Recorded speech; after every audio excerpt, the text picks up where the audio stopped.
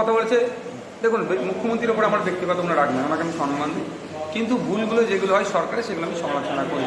এই খারজি মাদ্রাসা, সিনিয়র মাদ্রাসা নিয়ে যে ধরনের কথা বলছে, এগুলো ভোট নেওয়ার জন্য নতুন একটা টোপ দেওয়া হচ্ছে, এগুলো আমি সমালোচনা করি। তো এক্ষেত্রে ফুটপ্রাসিক উন্নয়ন পরিষদে শুনে এসেছিলাম বিশাল কিছু হয়ে গেছে, হ্যান হয়ে গেছে, টান হয়ে গেছে। সেই প্রসঙ্গে আমি প্রশ্ন করেছিলাম ফুটপ্রাসিক উন্নয়ন পরিষদকে সম্পর্কে মাননীয় মন্ত্রী ফিরাত হাকিম মহাশয়ের কাছে। উনি উত্তর দিয়েছেন সমগ্র ফুরফুরা শরীফে ফুটপ্রাসিক উন্নয়ন পরিষদে 58 কোটি টাকা সামথিং কত লাখ টাকা বরাদ্দ করেছে, কী কী বিষয়ে খরচ করেছে, কটা প্রজেক্ট সম্পূর্ণ হয়েছে, কটা অনগোয়িং আছে, সেই ডিটেলসও দিয়েছে।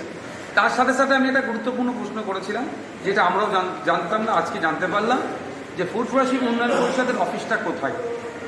কারণ ফুটপ্রাসিক উন্নয়ন পরিষদের অন্তর্গত মানুষের কিছু চাওয়া পাওয়া আছে, অভাব অভিযোগ আছে, কোথায় তারা জানাবে।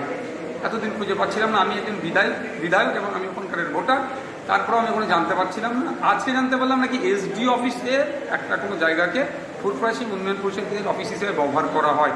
তাহলে ভাবতে অবাক লাগছে, 2016-17 অর্থবর্ষ থেকে ফুটপ্রাসিক ডেভেলপমেন্ট অথরিটির কাজ চলছে, কিন্তু এখনও পর্যন্ত এই 6 বছর অতিবাহিত হয়ে গেল, 6টা ফিনান্সিয়াল ইয়ার পার হয়ে যাওয়ার পরও এখনও ফুটপ্রাসিক উন্নয়ন পরিষদ তাদের স্থায়ী অফিস পেল না।